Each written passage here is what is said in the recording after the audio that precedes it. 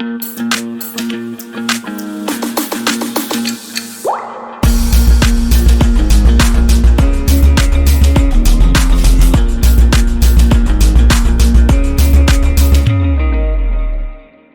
everyone, welcome back to the Layman Way and welcome to this new lecture जहाँ पे हम ethics के paper को डिकोड करने वाले हैं कि इथिक्स के लिए हमको आंसर राइटिंग कैसे लिखनी है।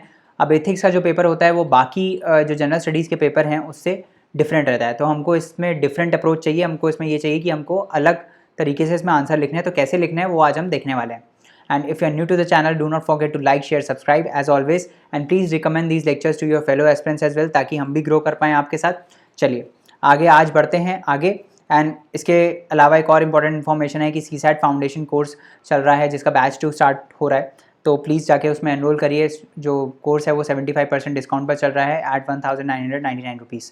सो हरी अप गो। अगर आपको सीसैट में प्रॉब्लम आता है, इस कोर्स को करने के बाद आपको कभी प्रॉब्लम नहीं आएगा, क्योंकि हम इसमें 1500 प्लस क्वेश्चंस को कर रहे हैं प्रैक्टिस, इंक्लूडिंग द PYQs और शॉर्ट ट्रिक्स। इसके अलावा हम एनिमेशंस का यूज़ करके आपको सारे कंसेप्ट की बेसिक क्लैरिटी दे रहे हैं। ठीक है, चलिए अब आगे बढ़ते हैं और अपना कंटिन्यू करते हैं हम लोग लेक्चर, जहाँ पे हम प्रीलिम्स को डिस्कस कर चुके हैं, मेंस को अब हम डिस्कस कर रहे हैं। तो पूरी की ये जो प्लेलिस्ट है उसमें हम एक एक पार्ट को डिकोड कर रहे हैं। यूपीएससी के प्रीलिम्स हो चुका था, मेंस पे हम आ गए हैं। मेंस में भी हमने जीएस पेपर 1, 2, 3 डिस्कस कर लिया था कि उसका सिलेबस क्या है, रिसोर्सेज क्या है, कैसे प्रिपेयर करना है। पिछले वीडियोज़ नहीं देखे हैं तो जाके एक बार देख लीजिए, उसके बाद ये वीडियो देखिएगा। और जनरल स्टडीज़ पेपर 4 को आज हम डिस्कस करने वाले हैं, है ना। तो जनरल स्टडीज़ का जो पेपर है वो 2 पार्ट में होता है। मतलब ये जो इथिक्स का पेपर आता है वो 2 पार्ट में आता है। एक होता है थ्योरी पार्ट, ठीक है, और दूसरा होता है केस स्टडी वाला पार्ट, ठीक है। दोनों को अलग अलग तरीके से अप्रोच करना है, कैसे करना है बताऊंगा। थ्योरी, पहले हम थ्योरी से स्टार्ट करते हैं कि थ्योरी हमको कैसे टैकल करनी है इथिक्स की, है ना। तो थ्योरी के लिए बहुत ही सिंपल और बेसिक चीज़ है कि आप सिलेबस उठाइए, है ना, यूपीएससी का सिलेबस उठाइए। उस सिलेबस में जितने कीवर्ड्स हैं उन सबको आप एक कॉपी में लिखो और उस हर कीवर्ड के ऊपर 250 वर्ड का आंसर बनाओ। और 250 वर्ड का आंसर बनाने के लिए आपको चाहिए होगा इंट्रोडक्शन। तो इंट्रोडक्शन के लिए आप क्या करोगे, हर एक कीवर्ड की आप डेफिनेशन लिखोगे, ठीक है। हर एक कीवर्ड की आपको डेफिनेशन क्या करनी है, गूगल करनी है। तो हर एक कीवर्ड की, जैसे एप्टीट्यूड हो गया, है ना, मॉरल्स हो गए, ठीक है, एटीट्यूड हो गया, ठीक है, उसके बाद इमोशनल इंटेलिजेंस हो गया, ठीक है। ये सब चीज़ों के, ये सब कीवर्ड्स के आपको डेफिनेशंस प्रिपेयर करनी है। सबसे पहला काम ये है कि आप वो कीवर्ड लो, कीवर्ड को कॉपी में लिखो। कीवर्ड को जैसे ही आपने कॉपी में लिख लिया, जैसे मान लो एटीट्यूड, ठीक है, एटीट्यूड को आपने लिख लिया एक पेज में। अब एटीट्यूड के नीचे आप लिख दो उसकी डेफिनेशन। डेफिनेशन कैसे लिखोगे, गूगल करके आप डालना गूगल पे एटीट्यूड यूपीएससी। तो जैसे ही डालोगे एटीट्यूड यूपीएससी, बहुत सारे दुनिया भर के लिंक खुल जाएंगे, किसी एक लिंक को खोल लेना और वहाँ पर जाके एटीट्यूड की definition as it is copy कर लेना, ठीक है। ये तो हो गया आपका डेफिनेशन वाला पार्ट कि एटीट्यूड की हमको डेफिनेशन हमने लिख ली। इसके बाद क्या करना है, इसके बाद आपको एटीट्यूड का एग्जाम्पल लिखना है कि क्या एग्जाम्पल है जिससे एटीट्यूड शो हो रहा है ना। वो आपकी पर्सनल लाइफ का एग्जाम्पल हो सकता है, किसी लीडर की लाइफ का एग्जाम्पल हो सकता है, किसी फिलोसफर की लाइफ का एग्जाम्पल हो सकता है, या फिर कोई भी जो कोई भी डीएम जो भी काम कर रहा है उसकी लाइफ का एग्जाम्पल हो सकता है। कहीं से भी आप एग्जाम्पल कोड करो, बट एक एग्जाम्पल ऐसा होना चाहिए जो एटीट्यूड की वैल्यू को दर्शाता हो, ठीक है। तो ये बनाएगा आपका इंट्रोडक्शन। या फिर आपको कोई कोट पता हो पर्टिकुलर वर्ड कीवर्ड से रिलेटेड, है ना, वो आप लिख सकते हो, कोट से भी आप स्टार्ट कर सकते हो। तो ये 3 चीज़ें आपको इंट्रोडक्शन में करनी है ना। तो सबसे पहला काम क्या है कि हमको वैल्यू को डिफाइन करना है ना। तो हमने डिफाइन कर दिया यहाँ पे एग्जाम्पल के साथ। ये हो गया हमारा पहला पार्ट कि हमने वैल्यू को डिफाइन कर दिया एग्जाम्पल के साथ, ठीक है। दूसरा क्या है कि इस वैल्यू का इंपॉर्टेंस क्या है, ये वैल्यू क्यों हम पढ़ते हैं, क्या इसका इंपॉर्टेंस है हमारी लाइफ में, किसी और की लाइफ में, डिफरेंट फेजेस ऑफ लाइफ में, है ना। जैसे ऑनेस्टी है, तो ऑनेस्टी का क्या इंपॉर्टेंस होल्ड करती है। ऑनेस्टी जो वैल्यू है वो हमारे प्रोफेशनल लाइफ हो चाहे वर्क लाइफ, मतलब प्रोफेशनल लाइफ हो चाहे पर्सनल लाइफ हो, उसमें उस ऑनेस्टी वैल्यू का क्या इंपॉर्टेंस है वो आपको बताना है वहाँ पे, ठीक है, कि इसका क्या इंपॉर्टेंस है इसमें, डिफरेंट वॉक्स ऑफ लाइफ में इसको इम्प्लीमेंट करने में, है ना। जब एप्लीकेशन आप लिखोगे इसका, ये वैल्यू का एप्लीकेशन क्या है लाइफ में, उसको इम्प्लीमेंट करने के लिए, इस वैल्यू को इम्प्लीमेंट करने के लिए क्या क्या चैलेंजेस आ सकते हैं, उसको हम कैसे रिमूव करें, ये सब चीज़ें आपको एड्रेस करनी है अगले 2 पार्ट में। तो आपको क्या करना है कि इंपॉर्टेंस ऑफ वैल्यू लिखनी है आपको। ये वैल्यू क्यों इंपॉर्टेंट है हमारी लाइफ में, ऑनेस्टी क्यों इंपॉर्टेंट है हमारी लाइफ में, इंटीग्रिटी क्यों इंपॉर्टेंट है हमारी लाइफ में, क्या हेल्प करती है हमको करने में कि ये इंपॉर्टेंस होल्ड करती है ना। ये सब चीज़ें आपको लिखनी है। इसके बाद आपको क्या लिखना है कि उस वैल्यू का एप्लीकेशन क्या है हमारी लाइफ में, चैलेंजेस क्या है उसको इंप्लीमेंट करने के लिए, कैसे हम उसको ओवरकम कर सकते हैं, ये सब चीज़ें आपको लिखनी है, ठीक है। हर वर्ड के लिए सिलेबस में आपके पास डेफिनेशन होना चाहिए, उससे रिलेटेड एग्जाम्पल होना चाहिए। ये मैंने आपको बता दिया। हर कीवर्ड का आपके पास डेफिनेशन होना चाहिए और एग्जाम्पल होना चाहिए, है ना। जैसे फॉर एग्जाम्पल इंटीग्रिटी है ना। तो इंटीग्रिटी का आप कैसे लिखोगे? आप इंटीग्रिटी की सबसे पहले डेफिनेशन गूगल करोगे कि integrity means being honest and doing the right things even when nobody is watching you. ये हो गई इंटीग्रिटी की डेफिनेशन पार्ट। आपने गूगल किया, आपने लिख लिया। उसके बाद आपको क्या करना है? उसके बाद आपको एग्जाम्पल लिखना है कि भाई क्या चीज़ इंटीग्रिटी शो करती है। तो जैसे मान लो रात में मैं आ रहा हूँ, है ना, ट्रैफिक सिग्नल रेड है, बट मेरे को दिख रहा है कि यहाँ भी कोई नहीं है, यहाँ भी कोई नहीं है, यहाँ भी कोई नहीं है, तो मैंने सिग्नल तोड़ के मैं आगे चला गया। तो ये क्या दर्शाता है? ये दर्शाता है कि मेरे अंदर इंटीग्रिटी नहीं है ना, क्योंकि मैंने सिग्नल तोड़ दिया। अगर वहीं मैं रुक जाता मान लो सिग्नल पे, तो ये दर्शाता है कि मेरे अंदर इंटीग्रिटी है। तो आप एग्जाम्पल कोट कर दो कि भाई मैं कहीं जा रहा था, पार्टी से वापस आ रहा था, तो रात में सिग्नल रेड था, है ना, बट मैं वहाँ पे रुक गया, है ना। I did stop until the signal turn green, so this shows my integrity. Simple सा एग्जाम्पल आपने दे दिया, सिंपल है, कोई हाईफाई एग्जाम्पल नहीं, सिंपल सा एग्जाम्पल है। आपको ऐसे ही हर वैल्यू के लिए 4-5 एग्जाम्पल अपने पास रखने हैं अपनी पर्सनल लाइफ से रिलेटेड, है ना, ताकि एक भूलो तो दूसरा आ जाए। तो आपको क्या करना है कि जैसे मान लो एथिक्स के लिए प्रिपरेशन अलग से नहीं होती है। एथिक्स के लिए क्या है, आपको जब मान लो आपका बाकी सब्जेक्ट्स पढ़ने का मन नहीं कर रहा है ना, कुछ पढ़ने का मन नहीं कर रहा, तो आपने क्या किया, आप एक कॉपी लेके बैठ गए।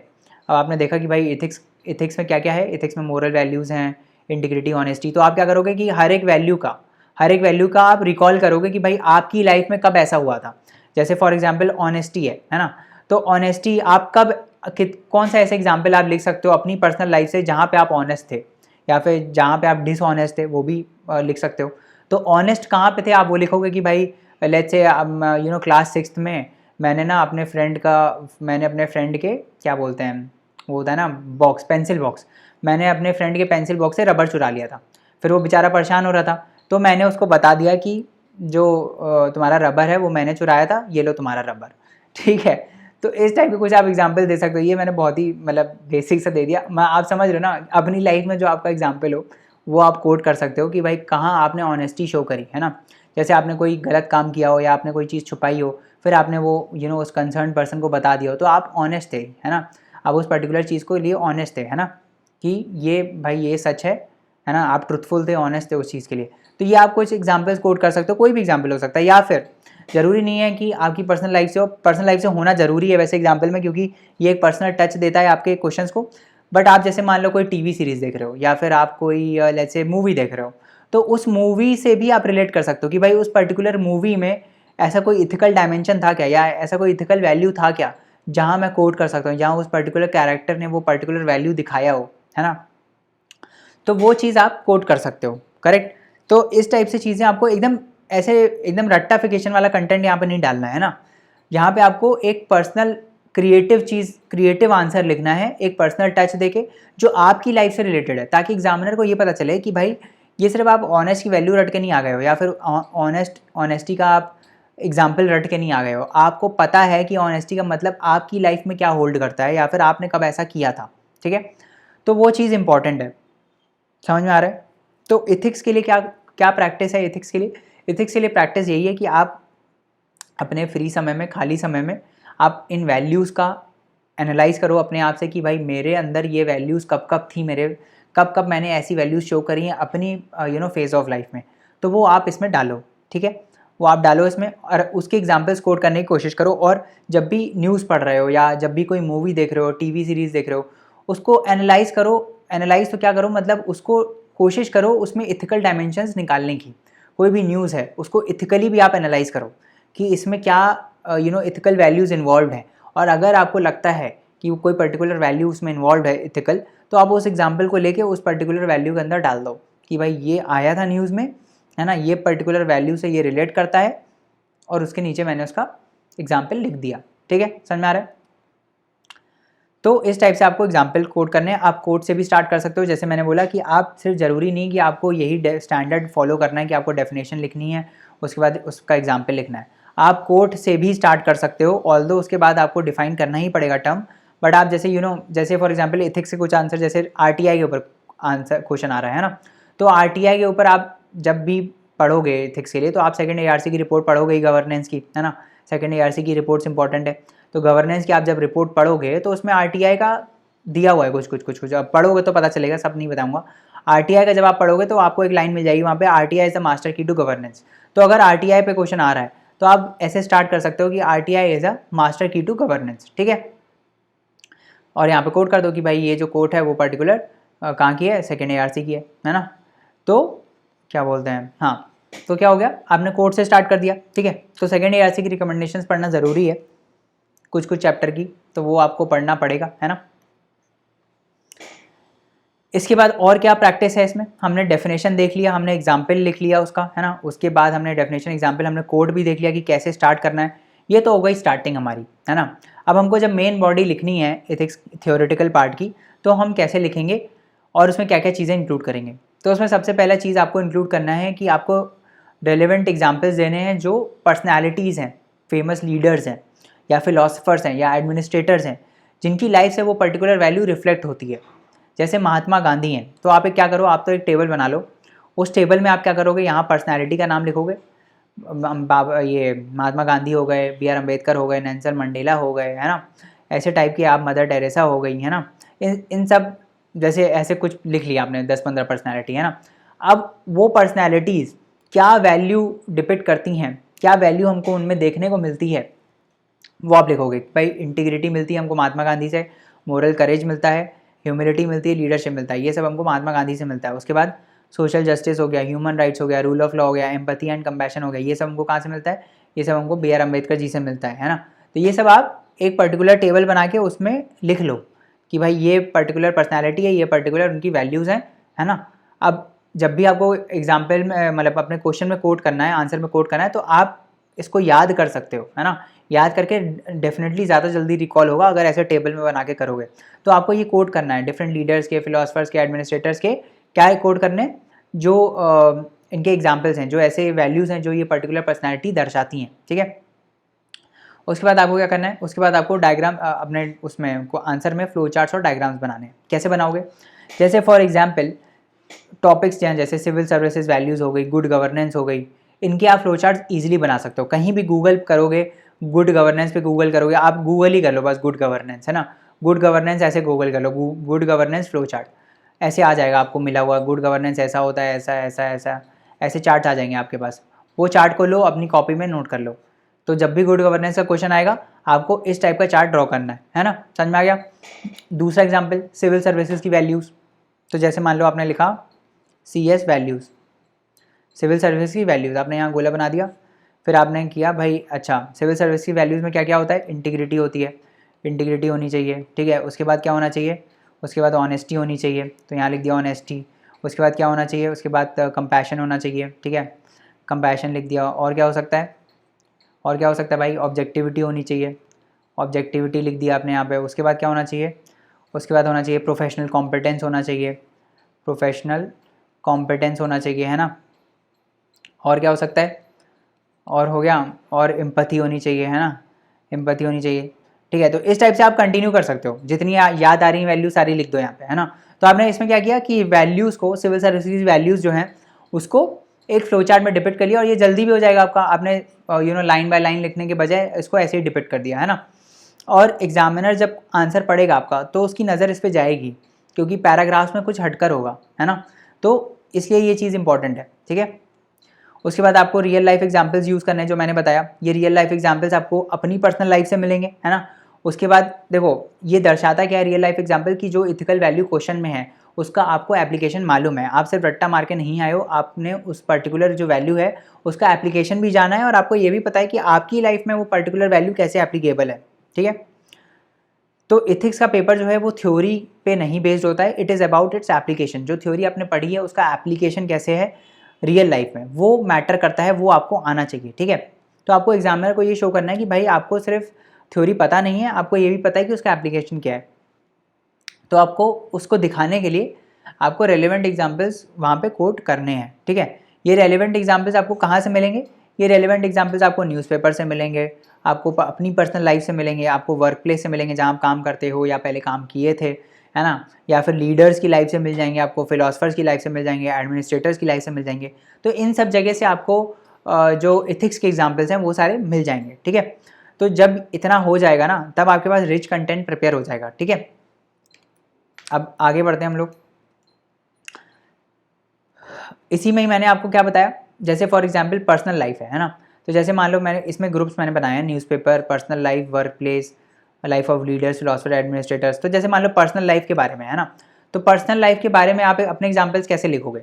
तो आप क्या करोगे, जैसे मैंने आपको बताया कि भाई जब भी मन नहीं कर रहा पढ़ने में, तो क्या करो, एक कॉपी ले लो, है ना, उस कॉपी में फिर साथ में सिलेबस ले लो एथिक्स का, और फिर सोचो कि भाई इंटीग्रिटी वर्ड है, इंटीग्रिटी है, मैंने अपनी लाइफ में कब इंटीग्रिटी शो करी थी, और जब भी आपने शो करी थी उसको एग्जाम्पल को लिख लो यहाँ पे।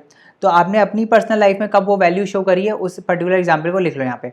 जैसे कि ट्रैफिक सिग्नल वाला भी एग्जाम्पल बताया, आपने कभी चोरी करी हो तो वो आपका कोई दर्शाता है, आपकी पर्सनैलिटी को दर्शाता है। आपने कभी झूठ बोला हो, है ना, तो आपने ऑनेस्टी की पॉलिसी को नहीं दिखाया उस टाइम, है ना।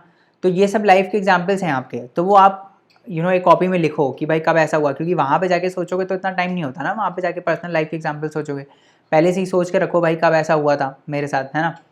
उसके बाद वर्क प्लेस में क्या मोरल चैलेंजेस हैं, जैसे फॉर एग्जांपल वर्क प्लेस की अगर मैं बात करूँ तो जैसे मैं एग्जांपल देता हूँ आपको, जैसे मान लो एसडीएम है किसी डिस्ट्रिक्ट का, है ना। अब उसका काम ये है कि उसका काम क्या है, उसको गवर्नमेंट की लैंड को प्रोटेक्ट करना है, इलीगल जो एनक्रोचमेंट हो जाते हैं सरकारी ज़मीनों के, उसको उनको हटाना है ना। अब उसको दिख रहा है कि भाई इस पर्टिकुलर ज़मीन पे गरीब लोग हैं, सारे के सारे गरीब लोग यहाँ पे बसे हुए हैं। अब उसके पास ये कॉन्फ्लिक्ट आएगा कि वो इन गरीबों के होमलेस होने की चिंता करे, या फिर गवर्नमेंट के इलीगल जो ये हो गया है, इलीगल ऑक्यूपेशन हो गया, इसको हटाए। अपनी ड्यूटी के प्रति वो ऑनेस्ट रहे या फिर एम्पैथी दिखाए, है ना। तो वैल्यूज़ के बीच में कॉन्फ्लिक्ट आ रहा है यहाँ पे, है ना। तो ये सब चीज़ें आपको दिखानी, ये सब चीज़ें खुद ही से एनालाइज करनी है पहले, है ना। तो उसके बाद आप क्या कर सकते हो, ये तो मैंने आपको वर्क प्लेस के एग्जाम्पल बता दिए। उसके बाद आप लीडर्स की लाइफ के एग्जाम्पल्स देख सकते हो, उसमें से आप एनेक्डोट ले सकते हो, स्टोरीज बना सकते हो, कोट्स ले सकते हो। तो ये सब चीज़ें आपको लीडर्स की लाइफ, फिलोसफर्स की लाइफ और एडमिनिस्ट्रेटर्स की लाइफ से मिलेगा, है ना।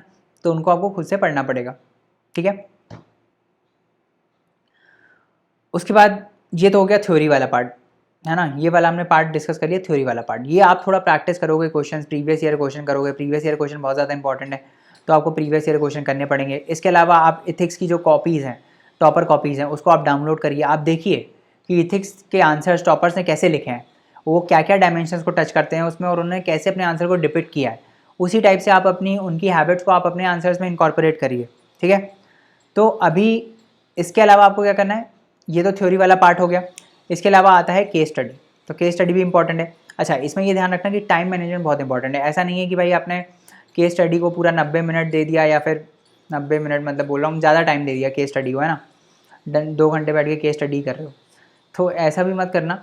टाइम मैनेजमेंट इंपॉर्टेंट है, बराबर बराबर टाइम देना चाहिए दोनों को, ठीक है। तो केस स्टडी में होता क्या है, पहले मैं आपको ये बता देता हूँ कि केस स्टडी क्या होती है और केस स्टडी में होता क्या है। तो केस स्टडी में क्या होता है, आपको बेसिकली आपका ये टेस्ट किया जाता है कि आपको अगर एडमिनिस्ट्रेटर बना दिया गया, या फिर आपको कोई पर्टिकुलर पोजीशन दे दी गई, तो एक्चुअली में आप क्या करोगे, आप कैसे सोचोगे उस बारे में। कोई पर्टिकुलर प्रॉब्लम आई है आपके सामने, मान लो मैं बोलता हूँ जैसे एमबीएज में होती है ना केस स्टडी, क्या होती है, आप किसी कंपनी के सीईओ हो, है ना। अभी क्या हुआ है कि आपकी एक पर्टिकुलर फैक्ट्री में लग गई है आग, वहाँ का सारा प्रोडक्शन ख़त्म हो चुका है, अब आपको प्रॉफिट्स मेंटेन करने हैं। तो और इसके अलावा ये जो फैक्ट्री में आग लगी थी, इससे बहुत लोगों की जान भी चली गई है, तो अब आपका क्या स्टैंड रहेगा, अब आप क्या करोगे। ये टाइप की होती है केस स्टडी। ऐसे ही जो इथिक्स का पेपर होता है उसमें भी इथिकल केस स्टडीज़ आती हैं। अब इथिकल केस स्टडी ये भी हो सकती है, जैसे मान लो पुराना वाला एग्जाम्पल दिया, पुराना वाला एग्जाम्पल क्या था, एसडीएम वाला, कि भाई एसडीएम को ऑर्डर आया है कि आपको यहाँ से इलीगल लैंड, इलीगल एनक्रोचमेंट्स को हटाना है ना। अब उसके पास ये डिलेमा है, वो क्या करेगा, है ना। ये सारी भी केस स्टडी आती है। या फिर अभी ये तो बहुत ही सिंपल बता दिया, बट ऐसे ही कॉम्प्लेक्स केस स्टडीज़ आती हैं कि आप एक पर्टिकुलर डिस्ट्रिक्ट के मजिस्ट्रेट हो, है ना, वहाँ पे चाइल्ड मैरिज जो है वो बहुत ज़्यादा बढ़ गई है despite of you running your campaigns, है ना, नाउ, है ना। और उसकी वजह से क्या हुआ है कि जो आपका जो हेल्थ है, हेल्थ इंडिकेटर है आपके पर्टिकुलर डिस्ट्रिक्ट का, that has fallen down. So now what you will do, मतलब आप क्या करोगे इस सिचुएशन में कि भाई आपका जो हेल्थ स्टेटस है डिस्ट्रिक्ट का वो बढ़े, और ये चाइल्ड मैरिज की जो चीज़ें हैं वो हटें वहाँ से, आप क्या करोगे। तो अब आपको क्या किया है इन्होंने, आपको डीएम बना दिया है, आपको मजिस्ट्रेट बना दिया है आपका। अब आपको बोला है कि आप सोचो कि आप क्या करोगे उस टाइम पे, है ना। तो इस टाइप की होती है केस स्टडी।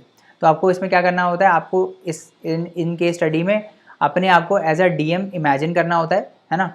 आप डीएम अपने आप को इमेजिन करो, अब आप ये सोचो कि अब आपके पास है ये डिसीजन लेने को, तो आप क्या करने वाले हो। उसमें आपको आंसर लिखना रहता है, फिर उसमें आपको डिफरेंट ऑप्शन बताने रहते हैं कि भाई मेरे पास ये ऑप्शन है ना, और मैं ये करूँगा। ठीक है, समझ में आ रहा है। तो अब आगे देखते हैं हम। तो इसमें आपको क्या करते हैं, इसमें आपको रियल लाइफ सिचुएशन में रखा जाता है और आपको बोला जाता है अपने एथिकल एप्टीट्यूड को टेस्ट किया, सॉरी आपकी एथिकल एप्टीट्यूड को टेस्ट किया जाता है ना। तो अब इसमें फ्रेमवर्क क्या होना चाहिए केस स्टडी का। तो सबसे पहले तो आपको केस स्टडी समझ में आनी चाहिए कि वो बोल क्या रही है, केस स्टडी में है क्या चीज़, what is the case talking about. तो ये आपको पता होना चाहिए कि भाई एसेंस क्या है केस का। ठीक है, what is the essence of the case, कि केस बोल क्या रहा है, किस पर्टिकुलर वैल्यू को ये के बारे में ये बात कर रहा है ना। कौन से, दूसरा आप क्या सोचोगे, क्या क्या कौन कौन से स्टेक होल्डर्स हैं जो इस पर्टिकुलर केस स्टडी से रिलेटेड है। जैसे वो ट्राइबल्स वाला था, तो ट्राइबल्स वाले में ट्राइबल्स जो थे, लोकल लोग थे है ना, वो सब एसोसिएटेड थे, वो सब स्टेक होल्डर्स थे इस चीज़ में। कम्युनिटी भी थी है ना, क्योंकि लेट्स से डैम हम लगा रहे हैं कम्युनिटी के बेनिफिट के लिए है ना, तो कम्युनिटी भी स्टेक होल्डर है यहाँ पे, ट्राइबल्स भी हैं। तो आपको सारे स्टेक होल्डर्स को लिखना है वहाँ पे कि ये पर्टिकुलर जो है स्टेक होल्डर इस पर्टिकुलर केस स्टडी में इन्वॉल्व हैं, डायरेक्टली हो चाहे इनडायरेक्टली इन्वॉल्व हो है ना, ये सब आपको लिखना है। उसके बाद आपको दर्शाना है कि क्या वैल्यूज़ हैं जो कॉन्फ्लिक्ट में आ रही हैं है ना, what are the ethical dilemmas.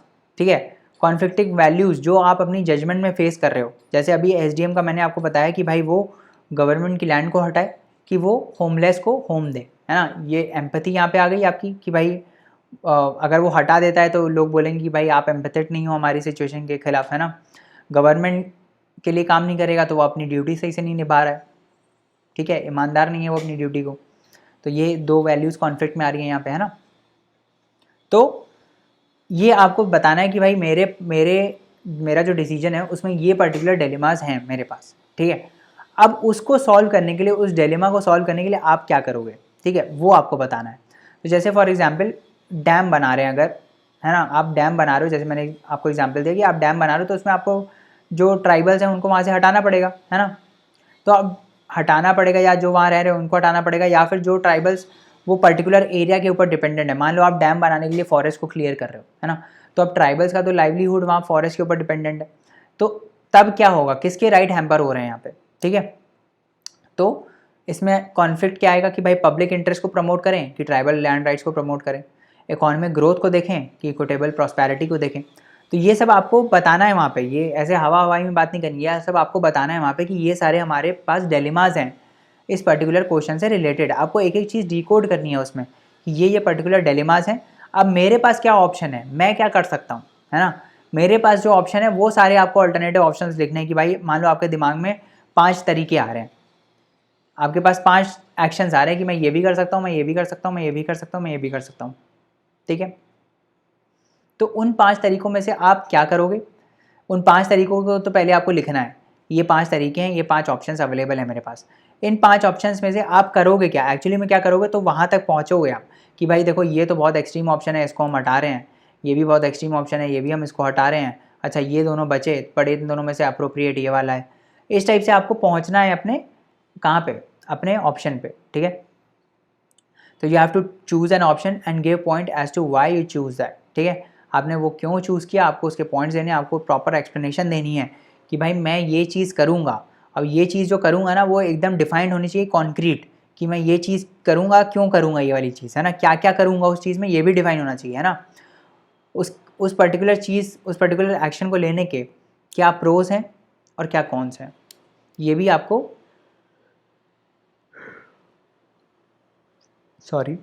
ये भी आपको वहाँ पे लिखना है। ठीक है, तो आपको डिटेल में मेंशन करना है स्टेप बाय स्टेप कि आप करोगे क्या। ठीक है, आप क्या करोगे ये आपको डिटेल में आप वहाँ पे मेंशन करना है ना, और उसके बाद आपको पूरे केस को एनालाइज करना है। तो जैसे फॉर एग्जांपल मान लो ये है कि आपको चाइल्ड मैरिज को इरेडिकेट करना है अपने डिस्ट्रिक्ट से। ठीक है, तो इसमें क्या एक्शन हो सकता है, आप क्या कर सकते हो इसमें कि भाई आपको चाइल्ड मैरिज को इरेडिकेट करना है, जो हमने पिछले एग्जाम्पल में बात किया, उसके बारे में आप क्या करोगे। तो आप ऐसे लिखोगे उसका course of action, I will take part in bi-weekly Gram Sabha sessions and make the community take a pledge against child marriage. I shall encourage rallies by school children and officers of all government departments to monitor the on-ground situation. I shall depute my officers as special officers responsible for the set of blocks where they will tour, inspect discreetly and report to me. I will monitor complaints and grievances on the issues and ensure a resolution within 30 days. तो मैं ये काम करूँगा। आपने दिखाया आपने कितना concrete बताया इसमें कि भाई मैं 30 दिन के अंदर समाधान करूँगा और मैं ये पर्टिकुलर स्टेप करूँगा। It helps to mention government schemes like Sukanya Samriddhi Yojana, ये अलग से है, मतलब ये इसका पार्ट नहीं है, ये यहाँ तक ख़त्म हो चुका है। आपका जो एक्शन है वो यहाँ तक ख़त्म हो चुका है। अब आप इसमें गवर्नमेंट स्कीम्स को कोट कर सकते हो कि भाई गवर्नमेंट ने इस टाइप से इस चीज़ को प्रमोट करने के लिए ये किया है, जैसे सुकन्या समृद्धि योजना हो गई है ना, या फिर स्लोगन जैसे मेरा बेटी मेरा गर्व, इस टाइप से आप चीज़ें वहाँ कोट कर सकते हो। ठीक है, समझ में आया? तो आपको एकदम कॉन्क्रीट रहना है, टू द पॉइंट रहना है, स्पेसिफिक रहना है, एक्शन को एकदम क्लियर बताओ कि मैं ये करने वाला हूँ, है ना। कोट को जब आप एंड कर रहे हो तो आप एक कोट से एंड कर सकते हो कि child marriage is a this, child marriage is a that, इस टाइप से जो भी है ना, समझ में आ रहा है? तो ये टाइप की चीज़ें आप कर सकते हो। ठीक है, कोट से एंड कर सकते हो। चाइल्ड मैरिज के ऊपर दुनिया भर की आपको कोट मिल जाएंगी। ठीक है, इसके बाद आपको टाइम को इक्वली डिवाइड करना है, जैसे मैंने आपको बताया। ऐसा नहीं कि सिर्फ केस स्टडी पे ही पूरा टाइम लगा दे रहे हो, थ्योरी वाले पार्ट को आंसर नहीं कर रहे हो, है ना, ये भी नहीं करना है। Again PYQs are very important. तो प्रीवियस ईयर क्वेश्चंस आपके लिए बहुत ज़्यादा इंपॉर्टेंट है ना। उसी को ही बेस बना के आप अपनी तैयारी करिए, उसी को ही बेस बना के आप अपने आंसर्स को लिखिए, है ना। और देखिए कि टॉपर्स ने कैसे लिखे उन आंसर्स को। तो जिस टाइप से उन्होंने लिखा है उस टाइप से आप अपने आप को गाइड करिए कि भाई ये प्रॉपर आंसर है, इन्होंने ऐसे लिखा है, अभी मैं अपने जो आंसर्स है उनमें ये चीज़ें पर्टिकुलर इनकॉर्पोरेट कर सकता हूँ। ठीक है, तो ये मोटा मोटा है कि भाई आप कैसे जो है वो इथिक्स के आंसर्स लिख सकते हो। अब एंड कर रहेंगे हम, और हम देखेंगे कि कुछ एडिशनल टिप्स जो मैं आपको दूंगा जिससे आपके इथिक्स के आंसर्स थोड़े बेटर हो जाएंगे। तो आप क्या करो कि हर एक टॉपिक के ऊपर 5-6 कोट्स आप प्रिपेयर करके रखो इथिक्स में। हर एक पर्टिकुलर टॉपिक पे एग्जाम्पल्स प्रिपेयर करके रखो, अपनी लाइफ से, किसी दूसरे की लाइफ से, कहीं से भी आपको मिल रहा है। एग्जाम्पल्स इंपॉर्टेंट है, 4-5 एग्जाम्पल्स होने चाहिए, 4-5 कोट होने चाहिए, है ना। मेमोरी को अपने रिकलेक्ट करो, एक पर्सनल टच दो, है ना। आर्टिफिशियल मत बनाओ अपने आंसर को, अपने आंसर को एक रियलिस्टिक और पर्सनल टच दो कि भाई मेरे साथ ऐसा हुआ था, है ना। लीडर्स की लाइफ के एग्जाम्पल्स को कोट करो, है ना। फैक्ट्स एंड फिगर्स को, उससे रिलेटेड अगर कोई फैक्ट्स एंड फिगर्स है तो उसको कोट करो, है ना। अपने पेपर को कुल मिला के इंटरेस्टिंग बनाओ कि जो एग्जामिनर है वो आपका पेपर पढ़े, है ना। ऐसा नहीं है कि पेपर ना पढ़े, है ना, स्किप कर दे, ऐसा नहीं होना चाहिए। आपका पेपर पढ़ना चाहिए उसको। तो जैसे मान लो मैंने आपको बताया था कि जैसे मूवीज़ हैं, टीवी सीरीज़ जो आप देखते हो, उसमें से आपको इथिकल डायमेंशन अगर आ पा रही है तो उसको आपने मेंशन कर दिया, है ना। सिर्फ बेसिक बुक्स को रट के मत जाओ और वहाँ पे उल्टी मत करो बेसिक बुक्स की। ये कहने का मतलब है कि आप उसको पर्सनल टच दो, अपने पर्सनल लाइफ से एग्जाम्पल्स कोट करो, है ना। वो आपको एथिक्स के आंसर्स में करना है। ठीक है, बाकी करंट अफेयर से आपको सारे एग्जाम्पल्स मिलेंगे और at the end of the day आपको सारे आंसर्स को मल्टी डायमेंशन बनाना है। हर एक डायमेंशन को आपको टच करना है। जब आप एक्शन ले रहे हो तो आपको सोशल कॉज देखना है, आपको पॉलिटिकल देखना है, आपको इन्वायरमेंटल एंगल देखना है। ये सब चीज़ें आपको अपने इथिक्स के आंसर्स में करनी है। ठीक है, आई होप मोटा मोटा मैंने आपको समझाया कि इथिक्स का पेपर को टैकल कैसे करना है ना। इसके अलावा भी अगर डाउट आता है आपको तो आप हमको हमारा जो नंबर है 7724886251, वहाँ पे जाके हमको आप कांटेक्ट कर सकते हैं। We will try to help you the best we can. Thank you so much for listening to this lecture. Please recommend our lectures to your aspirants so that YouTube can promote us and we can help more aspirants. And for more such courses you can log on to www.thelaymanway.com. Please leave us a review if you feel that this lecture was helpful for you and you learned something new. अगर आपने कुछ नया सीखा हो तो हमारे लिए आप एक फेवर कर सकते हैं, हमारे लिए रिव्यू डाल सकते हैं गूगल पे, जिसका लिंक आपको डिस्क्रिप्शन में मिल जाएगा। और आप हमारा यूट्यूब भी एक्सप्लोर कर सकते हैं जहाँ पे हमारे पास बहुत सारे एडिशनल टॉपिक्स हैं जिसमें हमने सीरीज़ स्टार्ट कर रखी है। इसके साथ साथ हमने इकोनॉमिक्स का एक चैलेंज लॉन्च किया है जिसमें हम आपको इकोनॉमिक्स मास्टर करा रहे हैं 7 डेज़ में, and that is also free of cost. तो वो भी आप जाके हमारी वेबसाइट पे स्टडी चैलेंज में जाके आप वो चैलेंज को ज्वाइन कर सकते हैं। ठीक है, समझ में आया? चलिए अगले लेक्चर में मिलते हैं, तब तक के लिए bye bye, thank you so much, नमस्कार, टेक केयर।